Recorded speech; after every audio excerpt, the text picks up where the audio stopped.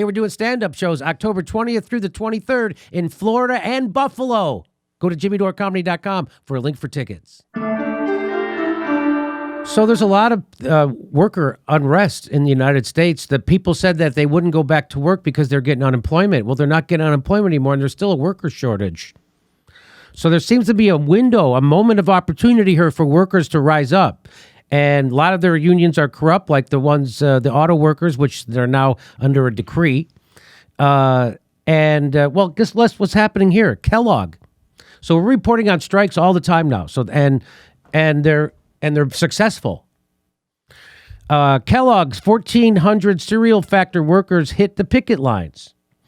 Workers at all the Kellogg cereal factories in the United States went on strike after negotiations unraveled over benefits and vacation time. And it's at Kellogg's. And you know what I think about a strike at Kellogg's? They're great.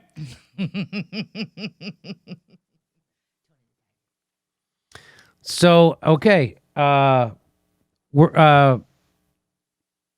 workers at all Kellogg cereal factories in the United States went on strike after negotiations unraveled over benefits and vacation time. The work stoppage covers over 1,400 workers at factories in Michigan, Nebraska, Pennsylvania, and Tennessee. These factories produce such cupboard staples as Rice Krispies, Raisin Bran, and Frosted Flakes. The workers are represented by the Bakery, Confectionery, Tobacco, and Grain Millers International Union, the same group that organized strikes at Nabisco and Frito-Lay plants during the summer, which we covered. Kellogg's workers have been working long. By the way, they make some great stuff. So no cereal, no snacks, no entertainment. Life's about to get rough for stoners. That's all I'm saying. Here we go.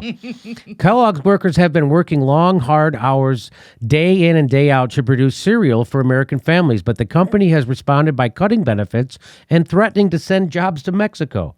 Kellogg is making these demands as they rake in record profits without regard for the well-being of the hardworking men and women who make those products that they have created the company's massive profits, the union president said.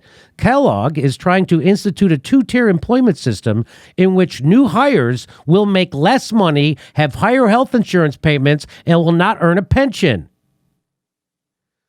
which characterized the company's proposal as a divide-and-conquer strategy that asks the current workforce to sell out the next generation of Kellogg workers. This is exactly what's happening at John Deere. So there's a John Deere. They just voted 90% of them voted to strike on a contract that their union leaders said was good. You should take it. And they said, no effing way. And part of it is they're trying to do the same thing. They're trying to make this generation of workers sell out the next generation of workers by saying the new hires get effed. What a insidious, cynical, unbelievable ploy to divide workers. And they're not falling for it. Look, they're not falling for it. The industry is up against labor shortage. Kellogg's chief financial officer, Amit Banati, said during a recent call with investors. But not only is it having a tough time filling factory jobs, there are not enough drivers to meet the company's national and international freight needs. It's impacting the entire supply chain. Strikes in other industries are potentially looming. Tens of thousands of workers around the U.S. could go on strike in the coming weeks in what would be the largest wave of labor unrest since the teacher strikes in 2018 and 2019, which won major victories and gave the American labor movement a significant boost. Hey, let's join a picket line. There it is. Kellogg's on strike. Lancaster, Memphis, Battle Creek, Omaha, Nebraska. Kellogg's on strike. And here's all the stuff. There it is. Frosted Flakes, Fruit Loops, Mini Wheats, Cashy, Rice Krispies, Smart Starts, Kellogg's Sugar Pops, Corn Pops, Crave, Apple Jacks, Mueslix, Raisin Bran, All Bran Honey Smacks, Corn Flakes, Crispix, Bear Naked, and Cracklin' Oat Bran. So that would be it. Let me bring in Nick. Now they're talking about a big labor uprising. Do you see that happening? Yes, and this is what the corporate media has been desperate to avoid covering, right? They are covering everything except the massive strikes that are going on nationwide. I think, and that's on purpose. And I did last time I was on here. I do it on Friday and Left all the time. I actively rally against the culture war. I think it's a massive waste of fucking time, especially considering what we're in right now. And that's what they want you to focus on, so they don't talk about how corporate power has crushed workers in my lifetime. So we see all these people going on strike, but do not fall for the trap that the shiplibs want you to fall for and claim that it's just one bad company. And that's something that they will admit. They'll be like, oh, Kellogg, so-and-so, this coal mine, so-so, whatever. They would say, oh, this company is bad. These managers are bad. And as a leftist, it's a systematic problem. This is the result of laissez capitalism. Look at Amazon's conditions. You think it's just these individual companies? Amazon is the biggest employer in the United States. And they are historically known for having horrific conditions at their job. The largest employer. So this is a systematic thing. And I'm glad each one of these strikers the people are striking, but don't fall for that trap and think like, oh, I gotta just this company, make sure this company get boycotted. Oh, this is gonna be the answer. No, it's a system. So we gotta stand in solidarity with the workers. Don't get me wrong. Stand in solidarity. Don't cross the picket line. Do not do that. But it's gonna be a systematic approach that we need in order to stop this from happening. I hope the workers rise up. I've had quote unquote labor leaders on this show, and none of them seem to have, except for Christian Smalls. I had a guy on from the AFL-CIO, completely worthless. Completely worthless. On purpose. On purpose. We brought on a woman who wrote books about organizing, and she only really seemed to care about... She didn't seem to have anything helpful for us. It was really depressing. She just seemed to be anti-Trump. And it was really depressing. And our problems didn't start with Trump. And our problems did not start with Trump, ladies and gentlemen. Trump is gone. Joe Biden's in office. Not at all. Can I add this, Jimmy? Yeah. Because I always want to cover everything in the guise of the class war. And I'm going to add a lot of anecdotal experience and people I talked to as a citizen journalist. I had a lot of great conversation with people, and I'm gonna be 100% honest with you guys. I think this worker shortage is a myth, because I know people that are looking for jobs all the time. They're having a hard time finding them.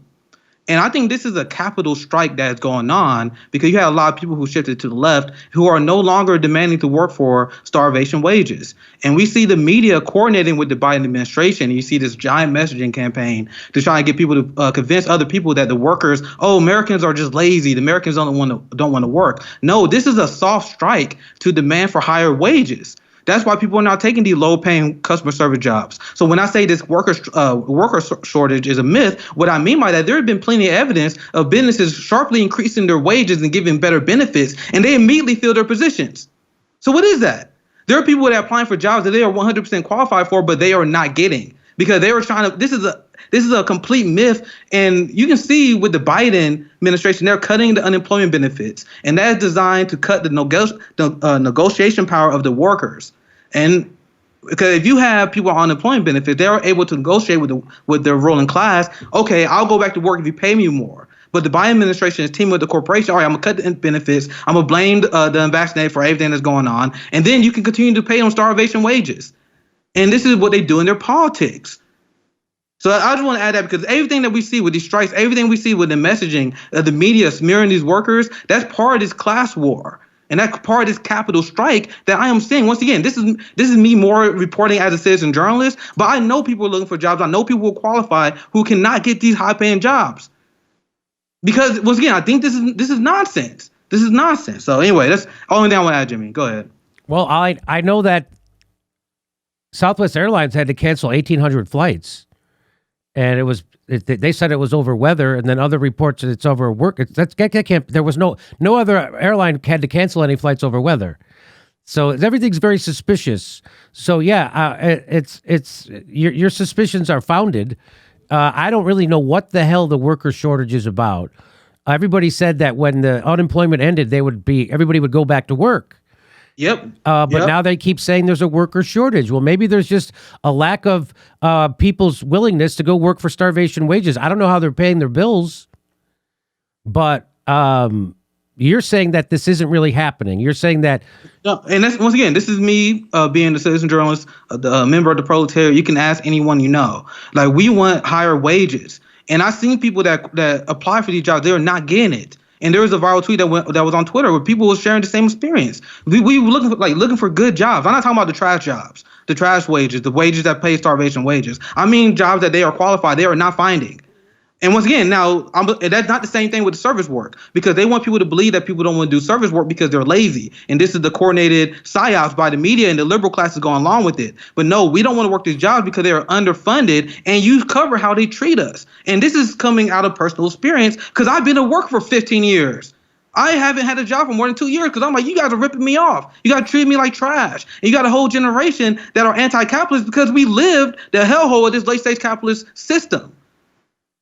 Once again, so this is me speaking out of experience. You guys can ask around. And this is me as an independent citizen journalist debunking and pushing back against their talking point that there's a worker shortage, because there is not. And I promise you guys that. And we cover this all the time for the leftists, and I can give the great detail on that. So you're saying that if the establishment capitalists decided to pay living wages, that there wouldn't be a worker shortage. Oh, Jim, yeah, because also what they are doing, they are covering for the companies that don't pay a living wage. So instead of saying, oh, the workers are lazy, they can say the workers are not doing the jobs because they're not paying high enough. Do you see how everything is connected? And that's what I always want to preach. Connect all the issues. You have the corporate media that's pushing this. You had the Biden administration that is cutting unemployment benefits from workers, so they had no negotiation power against the corporations, instead of taking the back of the workers. Now, this kind of stuff is unthinkable to us because we live in the capitalist hellhole of neoliberalism. But now I want you guys to use your imagination on this. Imagine if we had a pro-worker president and a pro-worker government. Wow. Now, in this situation, where you have the corporations and the ruling class who refuse to pay us a living wage, the pro-worker government can say, hey, we're going to keep the unemployment benefits, and we're going to keep them high to the standard in which we think the workers should be paid.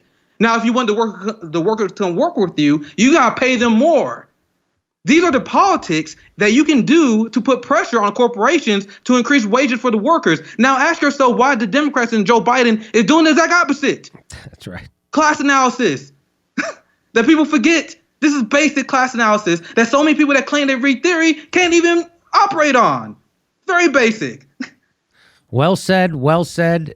Thanks for coming on and saying that. Yeah, thank you, Jimmy. Everybody check out Nick on Fred Hampton Leftists. You're doing great work. Thank you very much. Nick Cruz, ladies and gentlemen. Thanks for coming on, Nick. Thank you, Jimmy. It's always fun. Take care, brother. Okay. We're doing stand-up comedy in Florida, in West Palm Beach, and Dania, and then we're going to Buffalo, Baltimore, Tempe, and Portland. Go to jimmydorecomedy.com for a link for all our tickets.